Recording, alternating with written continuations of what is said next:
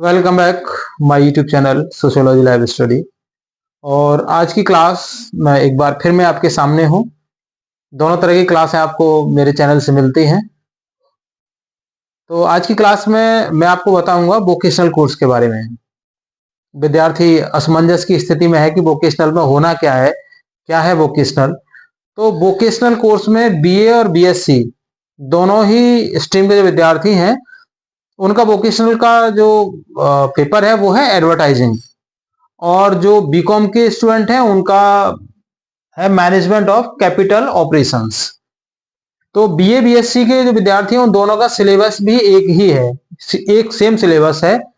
Paper आपके लगभग थोड़े से अलग अलग होंगे दोनों के, लेकिन ज्यादा अंतर दोनों में नहीं होगा। जैसा भी आपने देखा कि जो आपका को करिकुलर का जो एग्जाम था आपका, उसमें बीए बीएससी बीकॉम सभी का एक ही सिलेबस था। पेपर भी लगभग लगभग एक जैसे ही आए तीनों स्ट्रीम के। तो ऐसे ही इसमें भी लगभग वही रहता है। थोड़ा आप यहाँ पे देख लेते हैं कि है क्या। एक तो आप ये समझ लीजिए कि जो आपका एडमिट कार्ड है उस एडमिट कार्ड में दो जगह लिखा हुआ आ रहा है एडवर्टाइजिंग। तो दोनों जगह एडवर्टाइजिंग ही लिखा हुआ हो। कुछ विद्यार्थियों के साथ एक इश्यू है कि एक जगह एडवर्टाइजिंग लिखा हुआ आ रहा है और एक जगह रिसर्च समथिंग कुछ लिखा हुआ आ रहा है। मतलब थ्योरी का अलग आ रहा है, प्रैक्टिकल का अलग आ रहा है। एडवर्टाइजिंग दो जगह का मतलब है, एक आपका थ्योरी है और एक आपका प्रैक्टिकल है। तो दोनों में ही वो आपका कोड अलग अलग है, दोनों में आपका वो आना चाहिए। अगर वहां पर कोई भी विसंगति है या दोनों में अलग अलग आ रहा है तो आप उसको करेक्ट मतलब करा लीजिए। और इसके लिए आपको जूलॉजी डिपार्टमेंट में, मैं हिंदू कॉलेज की अगर बात करूं तो डॉक्टर विवेक सैनी है, उनसे आपको वहां संपर्क करना पड़ेगा और वहां से वो आपका करेक्ट हो जाएगा। अब देखिए मूल बात पर आते हैं कि ये जो आपका वोकेशनल है वो वोकेशनल है आपका 100 मार्क्स का, 100 नंबर का है। और हल्के में इसको आप मत लीजिए, ध्यान रखिए कि जो डेट आपको इसकी दी जा रही है उसी डेट में आपको इसका एग्जाम देना है। बिल्कुल लापरवाही मत करिए कि ऐसा सोच लीजिए कि चलो आज नहीं फिर कभी दोबारा से हो जाएगा। ये एग्जाम छूटने का मतलब वो है कि इसमें आपको बैक भरना पड़ेगा। अगले साल जाकर के होगा और बैक का आपको फॉर्म भरना पड़ेगा, तब आपका एग्जाम होगा। तो कोशिश करिए कि आपका ये एग्जाम न छूटे। जो डेट आपको दी जा रही, जो टाइम आपको दिया जा रहा है, उसी डेट और उसी टाइम पर आप इस एग्जाम को देने के लिए आप वहां पर पहुंच जाएं। एग्जाम का जो शेड्यूल है या जो क्राइटेरिया है वो ये है कि ये 1 घंटे का इसका पेपर होगा। तो दो भागों में डिवाइड है, एक है आपका रिटन एग्जाम, एक है आपका प्रैक्टिकल। रिटन एग्जाम आपका 60 मार्क्स का है, यानी 60 नंबर का आपका रिटन होगा और 40 नंबर का आपका ये प्रैक्टिकल का एग्जाम होगा। पहले आपका रिटन होगा, उसके बाद में आपका प्रैक्टिकल। तो रिटन में क्या है, एमसीक्यू टाइप होगा ये। और एमसीक्यू आपके कितने होंगे, 60 एमसीक्यू होंगे, 60 क्वेश्चन यहां पर होंगे।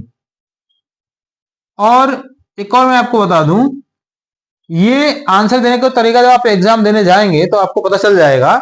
जो क्वेश्चन बुकलेट होगी, क्वेश्चन बुकलेट, ठीक है, उस क्वेश्चन बुकलेट के लास्ट पेज पर आपको इसके आंसर लिखने होंगे। लास्ट पेज, कोई अलग से इसको ओएमआर नहीं दी जाती है। ऐसा नहीं है कि क्वेश्चन बुकलेट अलग से आए और ओएमआर आपको अलग से आए, ऐसा नहीं होगा। जो क्वेश्चन बुकलेट होगी उसी के लास्ट पेज में आपको आंसर्स के लिए स्पेस दिया हुआ होगा और वहीं पर आपको लिखना है। जैसे क्वेश्चन नंबर 1 है, इसका क्या सही है आपका, मान लो बी, तो आप यहां पर बी लिखेंगे, ठीक है। कोई काला पाला मतलब नहीं करना है, कुछ नहीं करना है आपको, सिर्फ उसका ऑप्शन लिखना है। पहले क्वेश्चन का कौन सा विकल्प सही है उस विकल्प का जो नाम है वो आपको लिखना है। दूसरे का मान लीजिए सी, ठीक है, क्वेश्चन नंबर 2 है, सी है तो आप सी लिख देंगे। तीसरे का ए सही है तो आप ए लिख देंगे। इस तरीके से इसका आंसर लिखे जाते हैं। क्वेश्चन बुकलेट के लास्ट में इसके आंसर्स आपको लिखने होंगे। दूसरी महत्वपूर्ण बात, तो जो प्रैक्टिकल है, प्रैक्टिकल आपका 40 नंबर का होगा। अब सवाल यह आता है कि प्रैक्टिकल में पूछा क्या जाएगा आपसे। तो प्रैक्टिकल में आपको एक असाइनमेंट दिया जाता है बनाने के लिए। तो असाइनमेंट के टॉपिक अभी डिक्लेयर नहीं किया कॉलेज ने कि किन किन टॉपिक पर आपको असाइनमेंट बनाना है, तो आप ज्यादा इसका भी प्रेशर आपको नहीं लेना है। वो जैसे ही आपको वो इसके जो टॉपिक्स होंगे किस पर आपको असाइनमेंट बनाना है, तो वो जैसे ही डिक्लेयर करेंगे मैं आपको एक कंप्लीट इसकी एक क्लास बना के आपको दे दूंगा। आप चाहें तो उसको भी कॉपी करके आपका काम आसानी से चल सकता है, चल जाएगा, कोई आपको इसमें दिक्कत नहीं होगी। कुछ विद्यार्थी एक्स्ट्रा अगर इसकी तैयारी करना चाहते हैं तो आप इसके जो सिलेबस है वो सिलेबस को आप ले सकते हैं। सिलेबस के लिए जो मेरा डिस्क्रिप्शन है उसमें सिलेबस का लिंक मैं दे दूंगा, वहां से आप सिलेबस को फाइंड आउट कर सकते हैं और सिलेबस को पूरा पढ़ के आप आसानी से और ज्यादा इसकी तैयारी कर पाएंगे। इसके अलावा जो भी क्वेश्चंस होंगे उन क्वेश्चंस को भी मैं बताऊंगा। इसके पहले भी कुछ क्लासेस मैं दे चुका हूं एडवर्टाइजिंग के बारे में, जहां पर आपको बहुत सारे क्वेश्चंस इससे रिलेटेड आपको वहां पे मिल जाएंगे। तो कुल मिलाकर के बस ध्यान आपको यही रखना है कि जिस दिन आपका एग्जाम है तो एग्जाम देने जाना है, तैयारी के साथ पढ़ के जाइए। पूरा 60 क्वेश्चन होंगे और शायद 1 घंटे का ही टाइम आपको दिया जाएगा। 1 घंटे का पेपर आपको सॉल्व करना है, तैयारी करके जाएंगे फटाफट से हो जाएगा। और प्रैक्टिकल वाले दिन आप वही जो असाइनमेंट है वो लेके जाएंगे। ओरली क्वेश्चन पूछे जाते हैं, वो जो आपके इसमें आते हैं वही क्वेश्चन मोस्टली पूछे जाते हैं, ज्यादा अलग से कोई प्रश्न इसमें नहीं पूछा जाता। एक आध क्वेश्चन आपसे पूछा जाता है तो आप उसका आंसर दे दीजिए, बाकी जो असाइनमेंट आपको दिया जाए उस असाइनमेंट को ठीक से बना के जाइएगा। तो असाइनमेंट के लिए 1-2 दिन का वेट कर लीजिए, क्योंकि हिंदू कॉलेज की अगर मैं बात करूं तो 19 तारीख आपको दी गई है प्रैक्टिकल के लिए। तो अभी कल या परसों में जो टॉपिक्स होंगे असाइनमेंट के आ जाएंगे, फिर मैं आपको उस पर एक सेपरेट क्लास बना करके अवेलेबल करा दूंगा, जिससे आपकी समझ आ जाएगा। तो मुझे लगता है जानकारी आपके लिए पर्याप्त है। सेम है जैसे एडवर्टाइजिंग है वैसे ही मैनेजमेंट ऑफ कैपिटल ऑपरेशंस है बीकॉम के विद्यार्थियों के लिए, वो इस पर अपना तैयार करेंगे। और बीए बीएससी के विद्यार्थी एडवर्टाइजिंग के लिए तैयार करेंगे।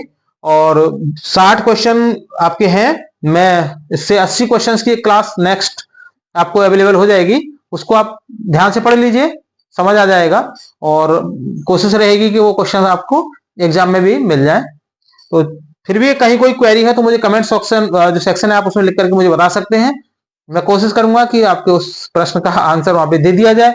चैनल पर नए हैं तो सब्सक्राइब कीजिए और वीडियो पसंद आए लाइक शेयर कीजिएगा उन सभी विद्यार्थियों के लिए जो वोकेशनल एग्जाम देने वाले हैं।